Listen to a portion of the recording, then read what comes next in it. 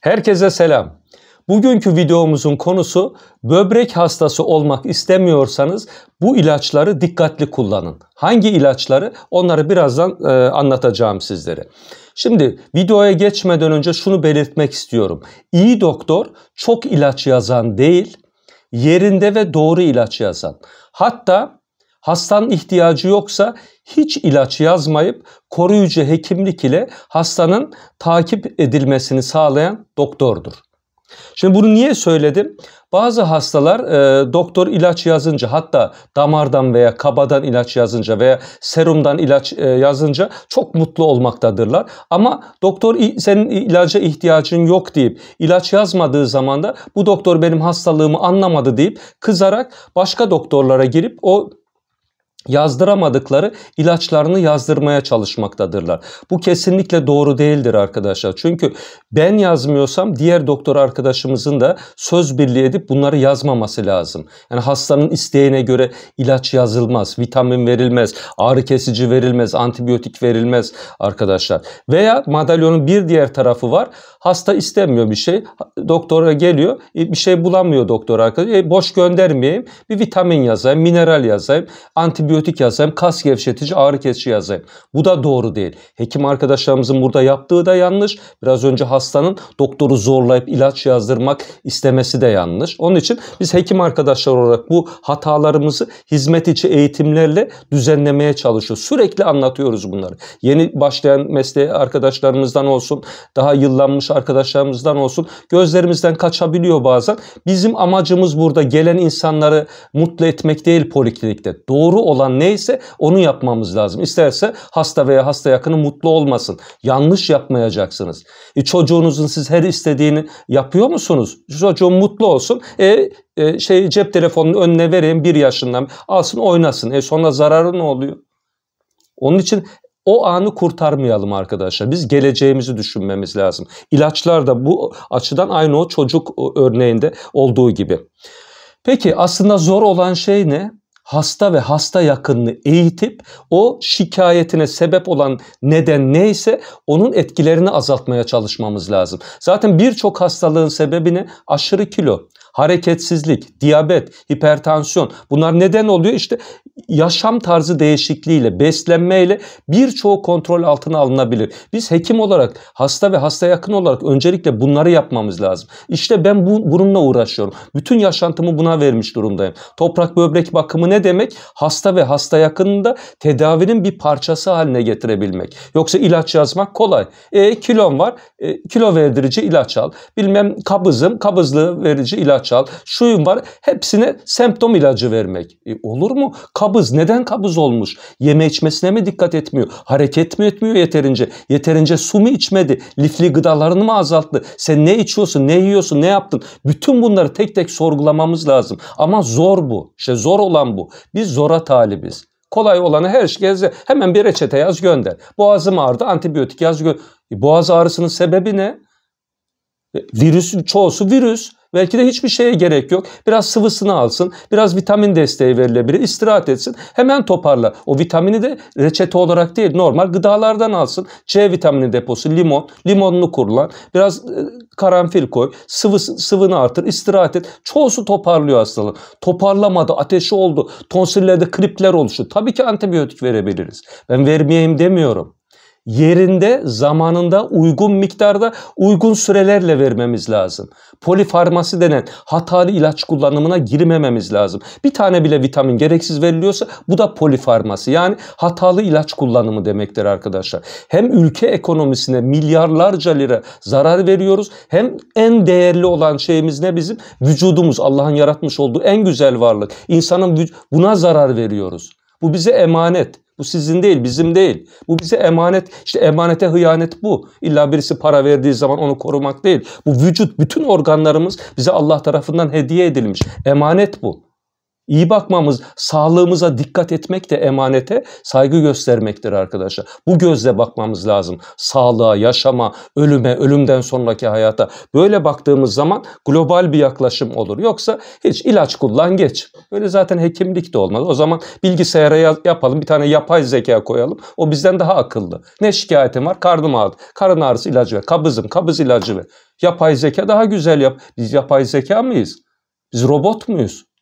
Onun için biraz daha dikkatli olmamız lazım bu konuda. Zaten bu videoları benim anlatmamın sebebi de bu. Çünkü hastanede de doktor arkadaşlara şimdi diyorum yani uzun uzun anlatın, şey yapın. Yüzlerce hasta oldu mu o doktor arkadaş nasıl muayene etsin? 200-300 hasta bakılan yerler ve olacak iş mi bu? Sadece reçete yazsanız, sisteme girseniz en az 2 dakika sürer bir insanın reçetesi. 300 kişininki 600 dakika sürer. 600 dakika 10 saat demektir. Hiç bunu düşünebiliyor musunuz? Yani sistemin de düzeltilmesi lazım. 20 hasta yeter. 25 hadi maksimum olsun. 30 hasta daha fazlası olmaz. 30 hasta bile fazla. Yurt dışında ne yapılıyor? Gittiğim Amerika'da mesela Vanderbilt Üniversitesi'nde o 2 tane 3 tane hasta bakıyor. Ona bile diyorlar o çok yoruldum, çok eziyetliydi ama bir saat, 1,5 saat hastayla ilgilenebiliyor.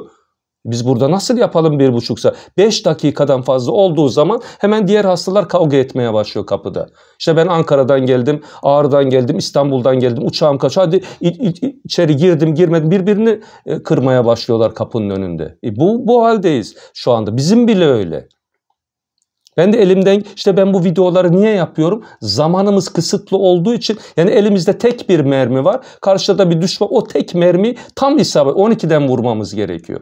İşte orada anlatamadığımız veya zamanın yetmediği durumlarda ne yapıyoruz? Bu eğitim videolarını işte sizin için sunuyoruz. Kitap yazıyoruz bu konuda. Oradan okuyun ve bu dediklerim hasta karşımdaymış gibi şu anda size anlatıyorum bunları. Hangi ilaçları tek tek anlatıyor. İşte bunları bilmeniz lazım arkadaşlar.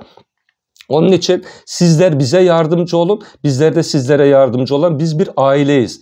Birbirimizin eksiklerini değil, olumlu taraflarını bulup onları yüceltmemiz, yükseltmemiz lazım. Hatalarımız bizim de olur, hepimizin olur. İnsanız, hatalarımızı da en kısa sürede doğruyla değiştirmemiz. Bir hata yapıyorsak 10 tane iyilikle o hatamızı ortadan kaldırmamız gerekiyor. Evet, şimdi gelelim. Türkiye'de ve dünyada en büyük yapılan hatalardan bir tanesi. Bu mide koruyucu ilaç diye halk arasında söylenen. Aslında direkt bu ifade de yanlış. Mide ilacı ama. Proton pompa inhibitörü denen işte bu Lansor, Nexium, Pantpas gibi, Omeprol gibi bu mide koruyucu ilaçlar var. Leblebi gibi kullanılıyor arkadaşlar. Hem hastalar kendi başına alabiliyor hem de birçok doktor arkadaş bunu verebiliyor. İşte midem ağrıdı, gazım var, işte şişkinliğim var. Hemen yazılıyor. Ve bir de yazılsa bile doğru endikasyonlar. Bunlar yıllarca hastalar tarafından kullanılıyor. 25-30 yıl kullanan hastalara şahit olabiliyoruz arkadaşlar. Ya 25 yıl kullanılabilir mi hiçbir tane? Yani ölümüne sebep oluyor hastanın. O kadar yan etkisi olan ilaçlar bunlar. Bu sefer bu ilaçların yan etkisini önlemek için başka ilaçlar veriyoruz. Onun yan etkisini önlemek için başka ilaç veriyoruz. Bir tane hatalı ilaç 10 tane destekleyici ilaçla birlikte bir avuç dolusu ilaç oluyor arkadaşlar. Böbrek ne yapsın buna? Karaciğer ne yapsın? Bütün organlarda iflas ediyor. Ondan sonra da patır patır herkes diyalize giriyor. Türkiye'de bu kadar neden diyaliz hastası var? Dünyada neden bu kadar hasta var? İşte bir sebebi de bu. İlaç çok güzel. Tabii ki şifamıza vesile olur ama yerinde, dozunda kullanmanız gerekiyor. Doğru endikasyonla, doğru sürede. Normalde en kötü mide hastası bile, işte mide kanaması olduğu hatta en ağırı bile en fazla 3 ay boyunca bu proton pompa inhibitörü denen mide ilaçlarını kullanabilir arkadaşlar. Yani 12 hafta. Biz gastroenterolog arkadaşlarımızla da birlikteyiz. Daha dün bir toplantı yaptık bu konuyla ilgili.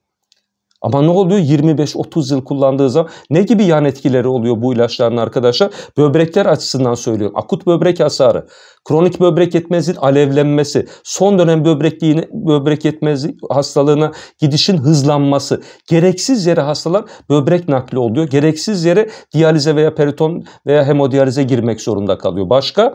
Ölüm riskleri artıyor. Kalp krizi riskini tetikliyor. Kemik erimesi yapabiliyor. Demans yapıyor. enfeksiyon dediğimiz salmonella, shigella, kolera gibi mide bağırsak sistemi enfeksiyonlarını tetikliyor. Zatüre, akciğer iltihabı yapabiliyor. Pnömoniyi tetikliyor. Başka osteoporoz yapıyor. Osteoporoza bağlı kırıkları artırıyor ve kanser riskini tetikliyor. Mide kanseri, ölümü tetikliyor. Daha ne yapsın arkadaşlar? Bu kadar şey var. Aslında buna devletimizin de, Sağlık Bakanlığımızın da bir neşter vurması lazım. Bu olacak iş değil. Türkiye'de, dünyada da yapılmış, Amerika'da bizden farklı değil. %69, 70, 10 hastadan 7'si yanlış kullanıyor arkadaşlar bu ilaçları. Ya gereksiz yere ya yanlış endikasyonla, leblebi gibi. Mesela diyelim 3-4 tane ilaç alıyor. Midem olmasın diye. Hem doktorlar da yazabiliyor. Bir tane de benden olsun gibi. Madem mideni bu bozdu, olur mu böyle şey? Nasıl 5.'sinde bunu yazayım oluyor. Ve bir de ne yapıyor bu? Magnezyum eksikliği, demir eksikliği, B12 eksikliği ve kalsiyum eksikliği yapıyor. Bütün bunlarda ne demiştim ben? Hani 6 tane altın kuralımız vardı bizim. Bu vitaminin 29 tane altın kural içerisinde bunu anlatmıştım. İşte B12 değeri, demir değeri, işte magnezyum değeri normal sınırlarda olacak. Yoksa ölüm riski atar, böbrek yetmezliğine gidiş hızlanır. Bunların hepsini magnezyum düşürüyor. Magnezyum düşüyor, B12 düşüyor. İşte bu proton pompa inhibitörleri yapıyor bunu, mide ilaçları. Onun için en kısa sürede kullanıp bir an evvel kesmemiz lazım. Peki ne kullanalım? Hiç mideniz ağrıyorsa H2 reseptör blokerleri var. Bu famotidin vesaire. Başka Gaviscon gibi bu içilecek ilaç, alginik asit var içerisinde. Bunları alın. Soda, yemek sodası. Karbonat var içerisinde. O da mide çiğneme tabletleri var. Bunlar da kullanılabilir. Hem böbrek hastaları hem de böbrek hastası olmayan diğer sağlıklı insanlar da rahatlıkla bunları kullanabilir. Aman bu konu üstüne dikkat edelim arkadaşlar. İkinci en önemli tehlikeli ilaçlardan bir tanesi de romatizma ağrı kesicileri dediğimiz non-steroid antiinflamatör ve COX-2 inhibitörleri denen tıbbi isimler bunlar. Çok tıbbi isimlerle sizleri boğmak istemiyorum. Anladığınız şekilde anlat. Romatizma ağrı kesicilerini kullanmamanız gerekiyor. Çok gerekiyorsa romatizma var, romatoid artrit, ankilozan spondit tabii ki kullanabilir. Ben onlar için demiyorum ama şu anda %90 yanlış kullanılıyor bu ilaçlar arkadaşlar. %90. Ne bunlar? İşte dikloron, voltaren, apranax, majezik gibi.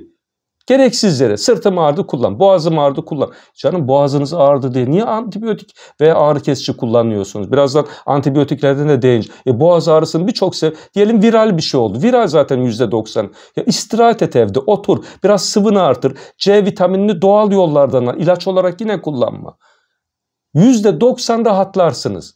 Yanında karanfilde, tarçın da isterseniz bu bitkisellerden alabilirsiniz. Başka abuk subuk ne olduğu belli olmayan bitkisellere girmeden %90-99 toparlamadınız. Ateşiniz yükseldi, bulantılar, kusmalar oldu. Bademciklerinizde, tonsillerde beyaz beyaz lekeler, kriptik tonsillit oldu. Ben veririm antibiyotiği. O zaman tabii ki veririz. Niye vermeyelim? Gereksiz yere hemen boğazım ağrı, hop antibiyotik. Hemen ağrı kesici. Hem hekimlerde hem doktor arkadaş hasta ve hasta yakınlarında çok büyük sorun var. Hatta yazmadığımız zaman doktora bastonla eliyle yürüyen hastalar oluyor. Özellikle yaşlı hastalarımız da bunu yapabiliyor. Bu hiç hoş hareketler değil. Bizim hastalar bunu yapmıyor. Genelde yeni gelenlerde bu sorun oluyor. Zaten bu eğitimin bir parçası hasta ve hasta yakınlarıyla doktor arasında kuvvetli bir bağın olması lazım arkadaşlar.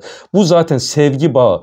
Bu bilimsellikten dolayı duyulan saygı olmadığı zaman hastalar da zaten işlerini düzgün yapamıyorlar. Ve bir de mutlaka sizi takip eden, yıllar boyunca takip edecek bir doktorunuz olsun. Ya aile hekiminiz, ya iç hastalıkları uzmanınız, ya nefroloğunuz ve sürekli o doktor arkadaşla irtibatta olun. Bir ona gittiniz mi o da karman çurman oluyor. Başka birisi başka bir ilaç yazıyor, öbürü başka bir ilaç yazıyor. Hepsi bir araya geliyor. Birbirinden bağımsız onlarda tonlarca ilaç oluyor. 30 tane, 40 tane ilaç kullanan hasta geliyor. Aynı ilacın farklı isimlerini kullanıyor, farkında değil. Doktor arkadaşlar da bunu belki o zaman kısıtlığından dolayı tek tek inceleyemiyorlar. Ne oluyor bu sefer?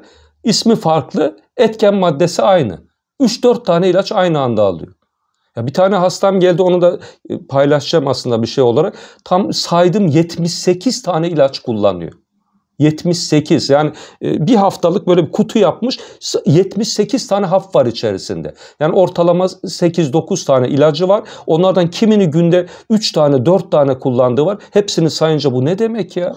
Ya zaten 78 tane ilacı midenize koydu. Zaten ne böbrek kalır, ne akciğer kalır, ne karaciğer kalır. Bütün organlar iflasa gidiyor. Ha, buna bir dur denilmesi lazım. Hem bizim ülkemiz öyle çok zengin bir ülke değiliz ki biz. Ya zengin bile olsak ben bunu yapmam. Vücudunuz elden gidiyor. Bu vücut bize emanet. Evet, demek ki ağrı kesici antibiyotik. Peki ne kullanalım? Ağrım var. Parasetamol, asetaminofen. Hatta gerekiyorsa morfin bile kullanılabilir. Kas gevşeticiler. Bakın morfin dozunu ayarladıktan sonra damardan verilen birçok narkotik analjezik var. Hiçbir zararı yok. Ağrınız var diye tabii ki kullan. Alternatif var. Non-steroid kullanma, parasetamol kullan. Onu kullanma. İşte kas gevşeticiyi kullan. Gerekirse damardan al. Seçeneğimiz var. Asla ağrınızla yaşamazsınız. Onu tedavi edecek bir sürü yöntem var. Bir diğer tehlikeli grup antibiyotikler ve mantar ilaçları. Özellikle antibiyotiklerden aminoglikozit dediğimiz bu streptomisin, neomisin, gentamisin, işte kanamisin gibi birçok ilaçlar var. Bunlar da yine mümkün olduğunca özellikle böbrek hastalığına kesinlikle verilmemesi lazım. Diğer ihtiyacı olanları da en kısa sürede ve en düşük dozda verilebilir ancak. Başka bu polimiksin denen bir ilaç var. Kolistin etken madde. O da çok böbrekleri darmadağın ediyor. Özellikle ileri yaş hastalarında. Ben mesela yoğun bakımda genelde hep konsültasyon istiyorlar. Hastanın akut böbrek hasarı var. Bir bakıyorum antibiyotiklere genelde ya bu polimiksin var ya vankomisin var ya aminoglikozit var. Genelde bunlardan birisi çıkıyor arkadaşlar. Ve çok tehlikeli. Çoğu da toparlayamıyor ve diyalize girmek zorunda da kalıyor. Elektrolitleri, üreyi, kreatin hepsini bozuyor maalesef. Ama tabii ihtiyaç olduğu zaman da mecbur vermek zorunda kalıyoruz. Sonra bu grip nezleyi zaten anlattık. Onlara artık girmek istemiyorum. Bir de mantar ilaçlarından amfoterisin B denen bir ilaç var. Bu da yine çok tehlikeli bir ilaç.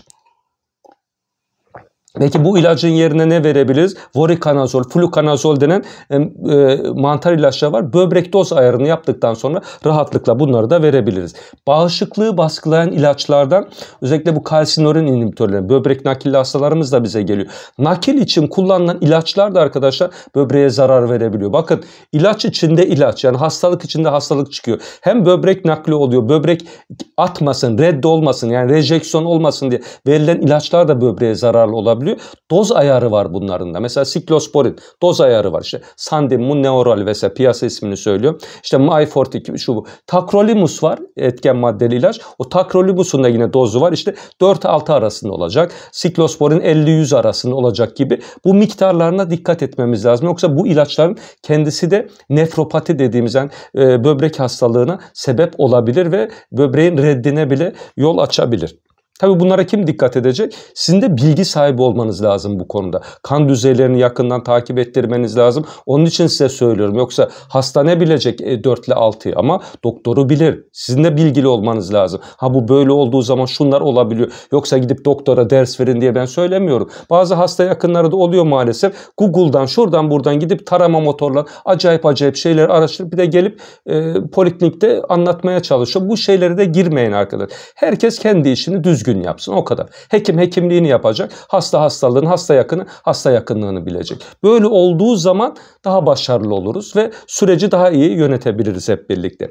Kontrast maddeler. Neydi? İyotlu kontrast madde. Bu anjiyolarda, kalp anjiyolarında, böbrek filmler, intravenöz biyolografi, tomografilerde, beyin filmlerinde, batın tomografi hep hani renkli bir madde veriliyor damardan. Buna iyotlu kontrast madde deniyor. İşte bunlar da böbrek yetme, böbrek hastalığına yol açabilir arkadaşlar. Özellikle böbrek hastalığınız varsa diyalize girmenize neden olabilir. İşlemden hemen şöyle bir 6-8 saat önce damardan serum veriyor. İzotonik, tuzlu su. İzotonik, bu serum demek bu. İçine gerekirse N-asetil sistemi veya bikarbonat denen bir şeyler var. Enjektörle onları serumun içine de koydunuz mu çok daha iyi olur. Hatta onları bile vermeyin. İzotonik. Peki izotoniğe zamanım yok. Ya ağızdan eğer alabiliyorsa sıvı miktarını biraz artırdığı zaman bile mesela işlemden birkaç saat önce bunu yapsanız bile yeterli olur arkadaşlar. Bazen anjiyoya gereken direkt su içmek tabii doğru olmayabilir. Aspire falan edebilir ama serum imkanı yok, şey yok. Oral alımı iyi. 4 saat önce, 5 saat önce alsın ağızdan sıvısını, bekle, işlemden 2 saat öncesinde de kessin. Bu bile yeter. Yani dehidrate kalmayacak. Susuz kalmayacak vücut. Mantık bu. Bir izotonik ne kadar ya? Fiyatı şu anda bilmiyorum ama çok ucuz. Peki o ucuz olan şeyi uygulamıyorsunuz. Sonra hastayı diyalize sokmak zorunda kalıyorsun. Milyarlarca lira paramız gidiyor diyalize. Bir aylık masrafı diyalizin ne kadardı? $4.000 civarında. Bu Türkiye'nin şeyi. Yurt dışında bu çok daha fazla. Yıllık 150.000 dolarlara çıkıyor. Yani dolardan bahsediyorum. Bu kadar hem maddi yönden zarar. Bu para kimin parası? Devletin parası, benim param. Devlet benim devletim. Ben böyle bakıyorum olaya. Ama ne olursa olsun benim cebimden çıkmıyor. Ne demek? Böyle bencil olmayalım arkadaşlar. O yazılan her ilaçta bizim hakkımız var. Belki de o ilaçlara, gereksiz şu mide koruyuculara, antibiyotiklere para harcamasak belki maaşlarımız 2-3 kat artar. O kadar önemli konuya bak. Ve ölüm oranları, bırakın maaşı şey. Bir can, bütün dünya bir araya gelse ölmüş bir insanı geri getirebilir mi? İnsan hayatından daha değerli ne var bu dünyada? Onun için bu yönde de bakmamız lazım olaya. Binlerce, milyonlarca insan belki dünyada gereksiz yere ölüyor bu sebeplerden dolayı. Yanlış tedaviler, yanlış uygulamalar, bizim hatalarımız, hastaların hataları. Bu hataları minimize etmemiz lazım. En düşüğe çekmemiz lazım. Bu bizim boynumuzun borcu. Ben onun için bu videoları böyle heyecanlı, hararetli anlatıyorum. Yoksa bana ne? Kim ne kullanırsa kullan, ölürse ölsün de. Hayır diyemeyiz onu. Biz hepimiz bir aileyiz. Ben kendi çocuğuma ölürse ölsün diyebilir miyim haşa? Eşime diyebilir miyim? Öğrencilerime diyebilir miyim? Biz bir aileyiz. Onun için birbirimizi sevmemiz lazım.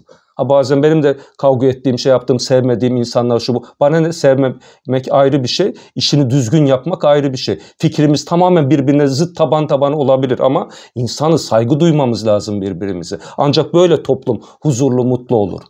Ama görüş olarak ben kesinlikle paramparça edeceğim bir görüş yapısına sahip. Sevmiyorum hayat şeyini düşün ama saygı duyarım. O ayrı, o ayrı. Yani böyle yaparsak başarılı. Yoksa birbirimize didişirsek, şey yaparsak hiç başarılı da olamayız. Bir diğer bu madalyon diye kontrast madde bir de MR'da da kullanılıyor arkadaşlar. Bu gadolinium denen bir madde var. MR görüntüleme. Bu maddede özellikle GFR, böbrek çalışma oranını gösteren diye 30'un altına düştüğü zaman verilmemesi lazım. İlla gerekiyorsa MR, o zaman diyalize sokmanız lazım. Çünkü 30'un altında olduğu zaman nefrojenik sistemik fibrozis denilen ölümcül bir komplikasyona yol açabiliyor. Bunu da bilmekte fayda var. Başka, bu gut tedavilerinde kullanılan bir ilaç var arkadaşlar. Piyasa ismi ürikoliz denen alloprinol etken madde. Bu da çok tehlikeli bir ilaç. Normalde nedense bu kılavuzlara falan baktım. Çok üstünde durulmuyor bu konunun. Yani alloprinol hatta bazı yerlerde böbrek koruma özelliği var. Verin. İşte ürik asidi düşürüyor ve tamam ürik asidi düşürüyor da bunu neden alloprinolle yapıyorsun? İlaçla yapıyorsun. Yürüyüşünü yapsın, kilo versin, hareket etsin. Bunlarla zaten ürik asit düşer. Çoğu zaman hep kilodan oluyor. Hareketsiz ve ilaç kullanımı yanlışlıklarından. Mesela tiazit, diüretik, idrar söktürücüler, furosemid, lasix, desal gibi. Bunların dozlarını azalt, ayarla, düzenle, tuzunu azalt. Tuzlu yerse tabii ki fazla miktarda sıvı da alıyor, tuz al. O zaman o tansiyon fırlıyor. Onun için tiazit grubu diüretikler veriyor. O da böbreği iyice bozuyor. Ürik asidi yükseltiyor. Bakın bir hatayı başka bir hatayla düzeltiyoruz. Bir yanlış yan etkisini başka bir ilaçla düzeltiyoruz. Hep aynı bak kısır döngüye giriyor. Yine nereye geliyor olay? Eğitim, bilinçlenme, yaşam tarzı, sağlıklı beslenme. Hep aynı şey. Hep aynı şey. Yapmazsak başarıya ulaşamayız. Burada da yine bu alloprinol denen ilaçla biz kendi hastalarımızda da verirken böyle çok çekinerek veriyorum arkadaşlar. Normalde mesela birçok yerde her gün 300 mg işte ürikoliz 1/1. Olur mu 300 mg? Tamam, sonra ürik asit bir anda düşüyor. 1,5'lara hasta geliyor. Peki neyi bozulmuş oluyor hastanın? Böbrek fonksiyonları diyelim 30 çalışıyorsa bir ay sonra 10'a düşmüş olarak o kadar hipersensitif de dediğimiz alerjik reaksiyon yapma riski var. Böbrek perfüzyonu etkileniyor. Bu otoimmün olaylar vesaire kesinlikle doğru değil bu arkadaşlar. Hatta dozdan bağımsız. Dozdan etkilenmiyor diyor literatürde birçok şey. Ben buna inanmıyorum. Çünkü kendi verilerim var benim elimde. Yani kılavuzlar var bize yayınlanan. O kılavuzlar tamam bize yol gösteriyor.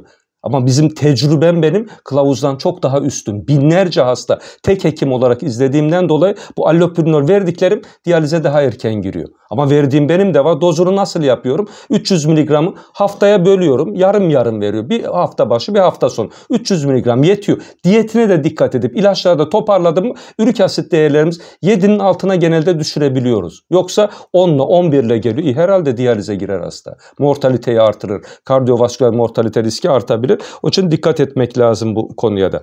Tiyazit, biraz önce de değindim. Bu diüretik denilen idrar söktürücü birçok yan etkisi var bu ilacın arkadaşlar. Ama maalesef bu yeni kılavuzlarda bile bunu öneriyorlar. Hatta ileri dönem böbrek hastası olsa bile verin deniyor. Eskiden 30'un altına düştüğü zaman bu böbrek çalışma oranı etkinliği azalıyor. Vermeyin deniyordu. Şimdi bazı yayınlarda 15'in altına bile düşse verilebilir gibi bir takım şeyler var. Ben çok hayretle izliyorum bunları. Hangi çalışma, nasıl? Çalışmaların birçoğunda güvenilirliği konusunda çok şeyim var. En büyük dergilerde bile benim artık güvenim sarsılmış durumda. Neden sarsıldı? Bunu da söyleyeyim. İşte en büyük dergilerde Oxford vesaire. Ben ne yaptım? Bu toprak böbrek bakımı ile ilgili bir yayın göndermiştim. Bunu kitabımda da yazdım. 7 yıl boyunca diyalize giren bir hastam vardı. Diyalizden çıkarttık 6,5 yıl hasta diyalize girmedi. O bütün büyük dergilere gönder. Hepsinden red yedi. Bir de bu sahte, inanmayın, yalan söylüyor gibi notlar düşmüşler bir de şeyini.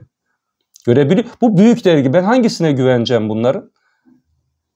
Olmuş olan vaka, adamın kolunun resmi var, görüntüsü var, şeyleri var, bütün laboratuvar, yani uydurmuşum masa başına. Hayalleri bile yetmiyor bunun olabileceği. İşte o sizin hayalinizin yetmediğini Allah toprak böbrek bakımı ile bize nasip etti.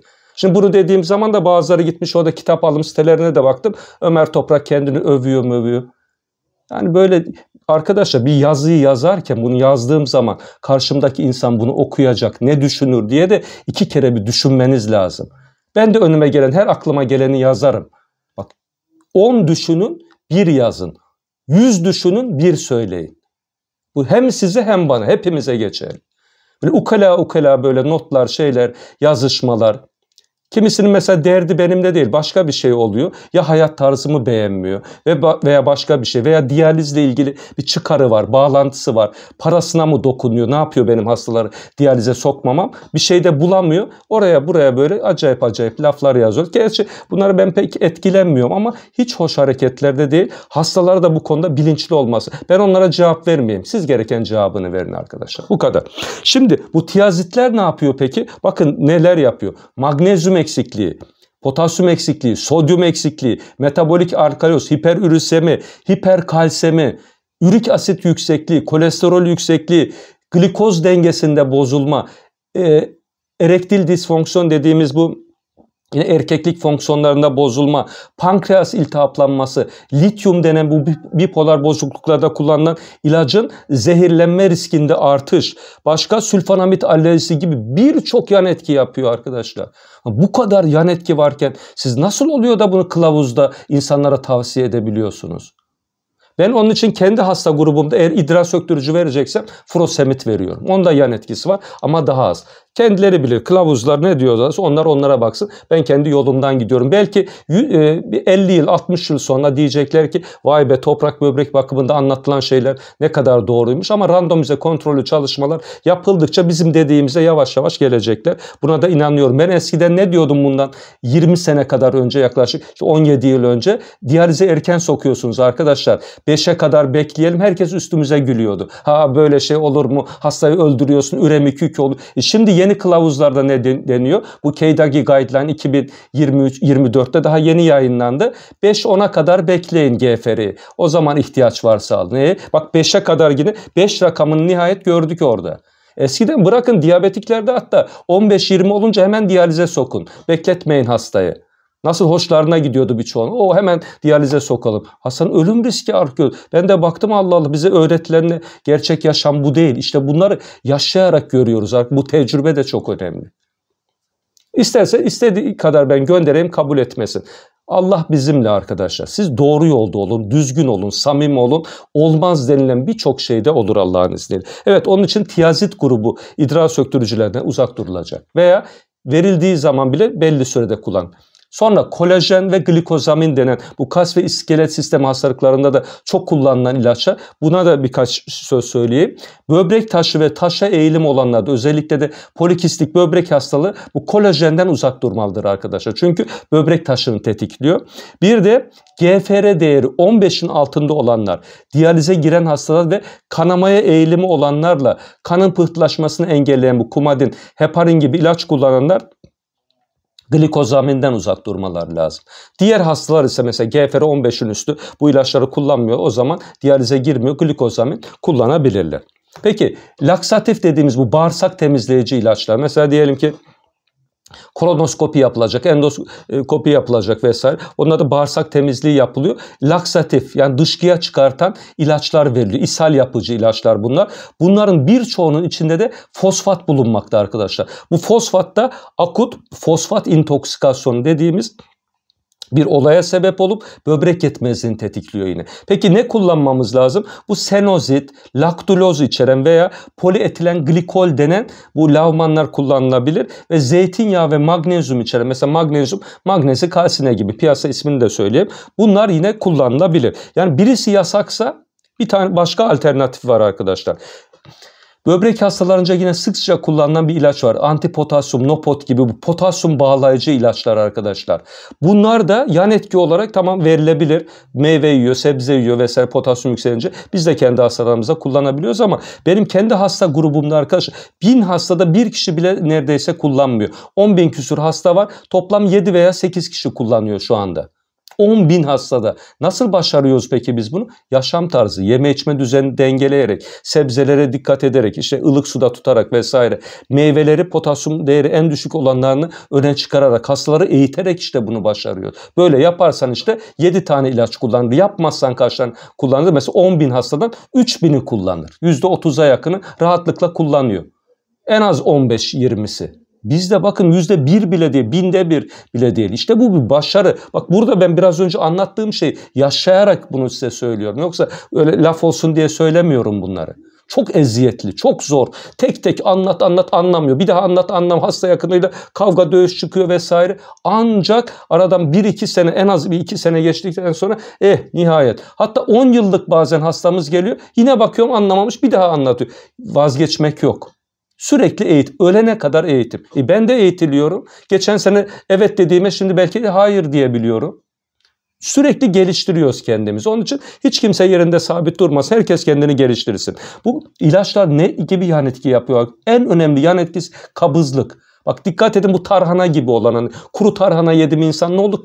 Kabız oldu mu ne oluyor peki? Böbrek hastalığın en büyük düşmanı kabızlık değil miydi? Birçok video yaptım bununla ilgili, sitede var.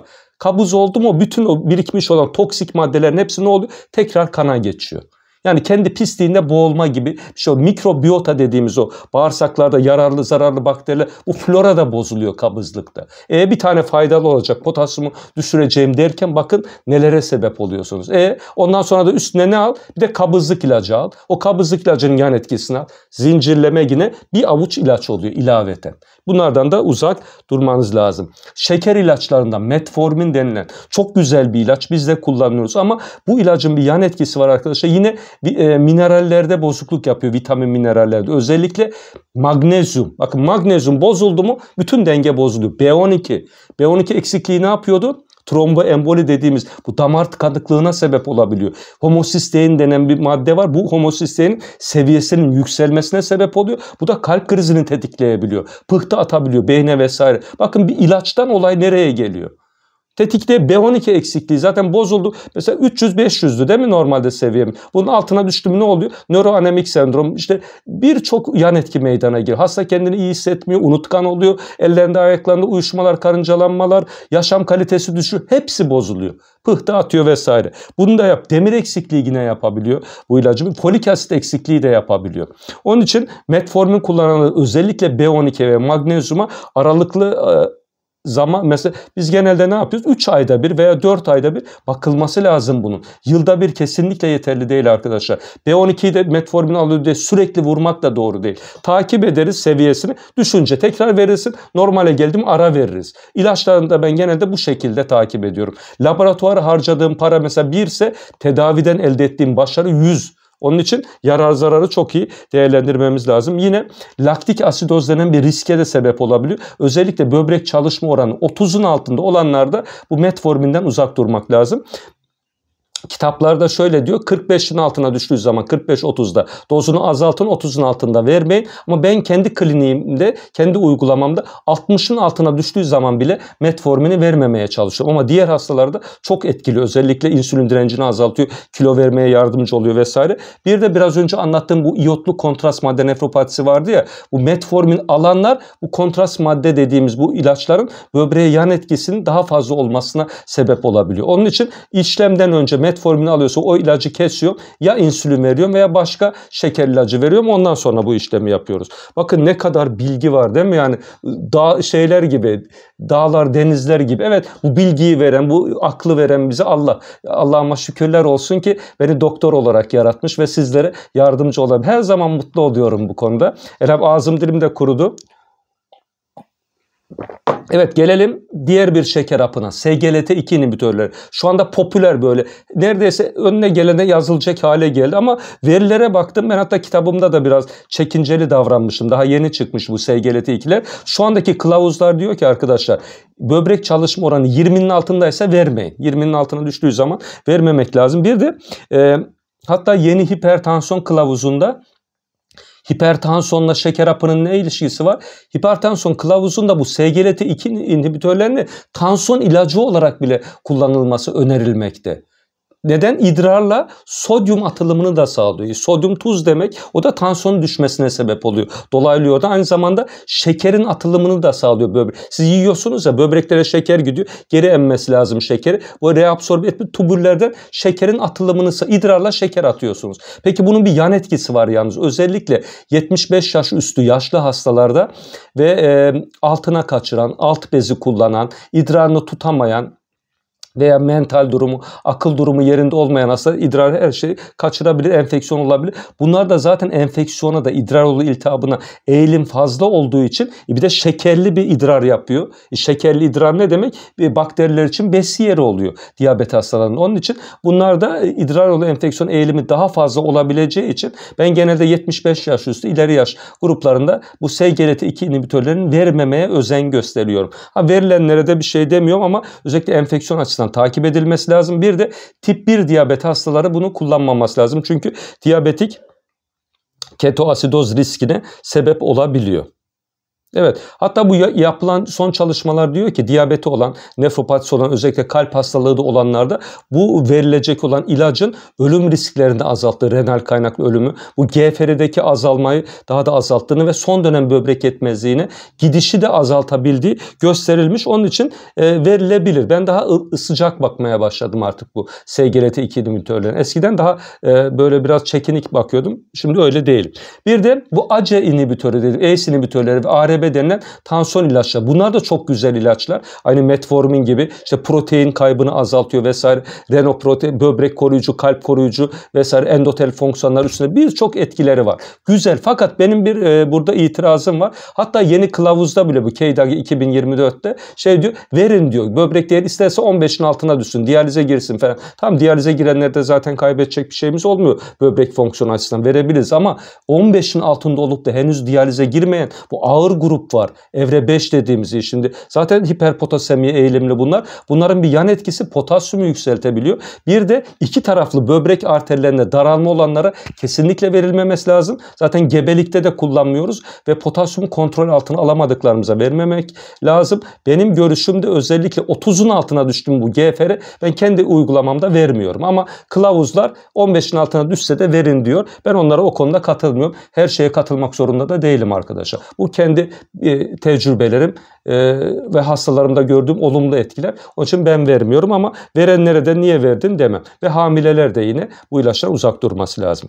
Beta blokerler böbrek hastalarında çok sıklıkla kullandığımız tansiyon ilaçları ama bir yan etkisi var bunun. Birçok yan etkisi var. Özellikle ne gibi yan etki? Yeni evli çiftler, çocuk sahibi olmayan erkeklerde ne yapıyordu? Erektil disfonksiyon dediğimiz penisin sertleşme sorununu yapıyor. Cinsel ilişkinin olmasına engel olabiliyor bu. Özellikle de bu propranolol, metoprolol ve atenolol denen beta blokerlerden uzak durulması lazım. Karvedilol ve nebivolol etken maddeli olanların da kullanılmasını öneriyoruz. Eğer beta bloker kullanılacaksa, hatta bu karvedilol ve nebivololun vazodilatasyon dediğimiz nitrik oksit sebebiyle kan akımını artırma özelliği var. Onlar kullanabilir. Demek ki çocuk sahibi olmak istiyor. O zaman uzak duracak ondan. Direkt böbrek yağının etkisi değil. Bu da birçok hastanın yalnız mutsuz olmasına, ailelerin yıkılmasına kadar giden problemleri sebep olabiliyor. Basit gibi gözüküyor. 25 yaşında bir genç adam düşünün. Erektil disfonksiyon oldu. Aile hayatı kararıyor.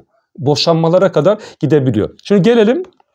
Son slaytlara geldim zaten. Vitamin ve mineral. Bakın bunlar da gereksiz yere kullanılmaması lazım. Ne olacak ki vitamin? Alayım işte vücut direncimi yükselteyim. Hayır. Uzun süreli vitamin kullanımı da arkadaşlar hem karaciğer yetmezliği hem böbrek yetmezliği yapabilmekte. Yüksek doz D vitamini kullanımı da hiperkalsemi. Kalsiyumda yükselme yapıyor. Fosforu çok fazla yükseltebiliyor. Böbrek taşı yapabiliyor yine. Ve kabızlığa sebep olabiliyor aynı zamanda. Kabızlıkta zaten böbrek biraz önce anlatmıştım ne kadar zararlı. Yine yüksek dozda kalsiyum almak. Bu da yine hem kabızlık yapıyor, hem kalsiyumu yükseltiyor, hem de böbrek taşı yapabiliyor. Yüksek doz demir almak da karaciğere toksik etkili, ishal yapabiliyor ve kabızlık yapabiliyor yine D vitamini. Magnezyum da gereksiz yere alındığı zaman yine ishale sebep olabiliyor. Özellikle de 65 yaş üstü ve GFR'si 30'un altındaki hastalarda uzun süreli magnezyum verdiğimiz zaman ne oluyor? Hipermagnezemiye eğilim ve toksik etkilerin daha kolay ortaya çıktığı gösterilmiş. Yine C vitamini tamam belli bir süre kullanılabilir ama fazla alındığı zaman oksalat tipi böbrek taşına yol açabiliyor. Diğer ilaçlardan, bu kalp ilaçlarından özellikle digoksin. Bunun bir terapötik aralığı var. Çok dar bir aralık. Biraz fazla kullanıldığı zaman zehirlenme yapabiliyor hastada. Böbrek vesaire birçok şeye zarar verebiliyor. O için genelde ya hafta sonu verilmiyor veya yarım dozda verilebiliyor. Kalp doktorlarınıza bunu konuşun. Bu kolesterol ilaçları var. Statinler, fibratlar. Bunlar da rabdomiyoliz yapabiliyor. Bu kaslarda yırtılma, miyopatiye sebep olabiliyor. Ama ihtiyaç varsa tabii ki kullanılabilir. Ben böyle katı kesinlikle alınmaz demiyorum. Çünkü kolesterol yüksekliği de kalp ve damar hastalıkları ve böbrek hastalıklarının ortaya çıkmasına ve kötüleşmesine yol açabiliyor. Belli değerlerimiz var bizim. Mesela LDL işte 70'in altı veya 100'ün altı risk durumlarına göre ayarlıyoruz bunları. HDL işte 45-50'nin üstünde olsun gibi değerler var. Bunlara dikkat edilmesi lazım. Kanser ilaçları, bu kemoterapi ilaçlarının özellikle sisplatin, metotrexat ve melphalan. Yine bunu kullanıyorsa hastalar yine yakından takip edilmesi lazım böbrekler açısından. Yine heparin ve kumadin gibi kan sulandırıcı ilaçla kanın pıhtılaşmasını engelleyen böbrek hastalarında bunların dozlarına dikkat etmemiz lazım. Birçok yiyecek, içecek bunların dozlarını etkileyebiliyor. Hatta ben birçok şey mesela çörek otunda, işte zencefilde, zerdeçalda dikkat edin diyorum bunlara doz ayarlamalarında. Lityum yine bu bipolar bozuklukta, manik depresif ataklarda çok sık kullanılıyor. Bu da yine böbrekte nefrojenik diabetes insipidus dediğimiz bir hastalığa da yol açabiliyor. Ve en son vereceğim bilgi de şu arkadaşlar, bitkisel ilaçlar. Buna da değinmeden geçmek istemiyorum. Her derde deva bitkisel. Bunlar da yanlış arkadaşlar. Özellikle arı sütü, arı ekmeği, polen, propolis, bunları bağışıklığı baskılayan ilaç kullanan hastalarımızda dikkatli olunması lazım. Bu ne yapıyor bunlar? Bağışıklığı aşırı güçlendiriyor. Bizim amacımız ne? Bu glomerulonefritlerde, vaskülitlerde, böbrek nakillerinde bağışıklığı baskılamak. Bunları aldığımız zaman bağışıklık aşırı yükseldiği için ana hastalık tekrar alevlenebilir. Onun için uzak durulmazsa, özellikle nakilli hastalarda falan bal kullansın. Balın bir zararı yok eğer diyabet hastası değilseniz. Diyabetikseniz de tadımlık olarak alabilirsiniz. Maydanoz suyu. Çok büyük hata bu. İşte böbrek taşlarına iyi geliyor. İdrar söktürücü. Böbrek hastası maydanoz suyu alsın bakayım ne oluyor. Potasyum yüksekliğinde, oksalat yüksekliğinde bir anda kalbi durur, ölür. Potasyum zengini çünkü. Normal insan, peki böbrek hastası değilim ben, normal her şeyim tamam, belki maydanoz kürü de içebilir, suyunu da içebilir, onlara bir şey demiyor. Ama böbrek hastası olanlar bunu yaptığı zaman ölür arkadaşlar. Aman dikkat edin. Yine çörek otu. Hamileler kullanamaz. Rahimde genişleme yapıp, servikste genişleme yapıp düşüşe sebep olabilir. Başka yine bu kumadin, heparin bunların dozlarını etkileyebiliyor. Şeyleri etkileyebiliyor yine nakil ilaçlarını. Özellikle ilk bir yıl içerisinde nakilden sonra bu immünsüpresif ilaçların kan düzeylerini bozduğundan dolayı kullanılmaması lazım. Bir yıldan sonra ise doktor kontrolünde daha düşük dozlarda yine verilebilir. Diğer hastalara çok faydalı ama işte bu saydığım gruplarda dikkatli olunması lazım. Gilaburu. Tamam, çok güzel bir şey ama otoimmün hastalığı olanlarda, yine bağışıklığı etkileyen ilaç kullanılanlarda, hastalığı olanlarda ancak haftada 1 fincan kullanılabilir, su içilebilir. Nakil sonrası ilk 1 yıl yine uzak durulması lazım. Biberiye, hipertansiyonu tetikleyebilmekte arkadaşlar bu. Hipertansiyon da böbrek hastalığının ikinci en sık sebebiydi. Birincisi şeker, ikincisi hipertansiyon. Dolayısıyla biberiyeden de uzak durulması lazım. Yine kumadin, heparin gibi kanın pıhtılaşmasını engelleyen ilaç alıyorsanız yine biberiyeden de uzak durun. Ceviz suyunu, bunu ben öneriyordum hastalarımıza. Haftada 2 fincandan fazla tüketilmemesi lazım. Fazla alındığı zaman ne oluyor? Yine böbreğe de zarar verebilir. Bazı hastalar var günde 2 fincan içiyor. Ya, olur mu bu? Kreatin 2,5'la bir geliyor olmuş 7. Ya ben ne diyorsam onu yapın. Haftada 2 fincan bitti. Ya uzatmayın bunu. Bazı durumlarda da haftada 1 fincan diyorum. 1 fincan. O Ömer Hoca 1 dedi, tamam ben 10 içeyim. Tamam siz 1. Diyalizde bulursunuz kendinizi. Gül çayı çok faydalı. Hatta şu anda tam sezonu ama gül çayında da bir kural var. Kanın pıhtılaşmasını sağlıyor bu ilaçta. Dolayısıyla kan pıhtılaşmasını sağlayan ilaç kullananlarda, özellikle kumadin, heparin gibi, o zaman haftada 1 fincandan fazla içilmemesi lazım. Bir de ishal yapabiliyor. Kronik ishaliniz varsa da uzak durun. Yine sodyumu azaltılmış tuzlar var piyasada. Bunların içerisine de potasyum koyuyorlar. Potasyum da aldığınız ne oluyor? Kalbiniz durur.